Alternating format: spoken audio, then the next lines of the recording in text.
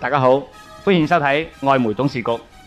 今日真係要同大家講單離晒大譜嘅新聞，包保你聽完眼珠都跌埋出嚟。法國球星賓斯馬最近同球會，即係沙特嗰間吉達聯合搞到反晒面，拒絕續約，仲要拒絕出場。大家原本以為係因為錢分唔勻，點知原來個真相係變態到你唔信。根據最新消息爆料，球會開俾賓斯馬份新合約，竟然係要求佢免費踢波。係啊，你冇聽錯，係零人工啊！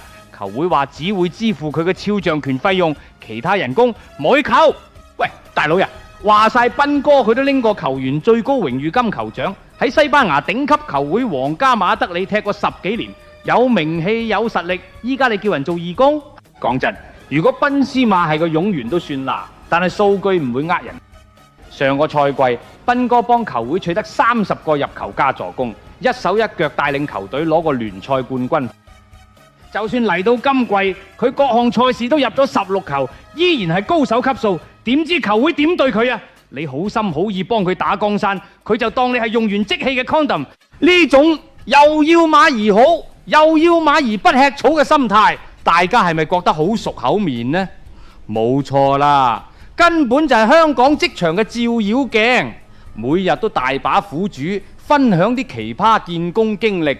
有啲香港老闆同 HR， 佢哋會同你講：年輕人唔好咁計較錢，公司俾個平台你係幫你賺經驗、賺名氣。哇，講到好似皇恩浩蕩咁。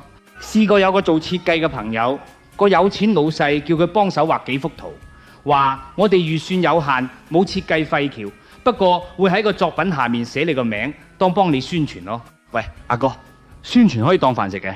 我去茶餐廳食碟頭飯，可唔可以話幫老闆宣傳下，然後唔俾錢啫？唔俾人打到變豬頭就有份？賓斯馬今次拒絕接受呢份侮辱性合約，仲霸氣到話：既然你當我係傻仔，我就唔會入大名單，唔會同你踢呢場波。我覺得佢真係做得好啱。呢個世界就係有種有錢人，越有錢越孤寒，越有錢越覺得全世界都欠咗佢。佢哋以為自己啲錢係大晒，以為用少少甜頭，甚至係用畫餅嘅方式就可以呃人免費為佢賣命。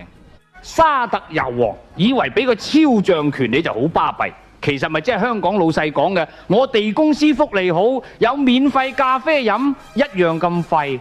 呢件事亦都提醒我哋香港打工仔，職場如戰場，千祈唔好做大傻仔，直接叫佢食屎啦！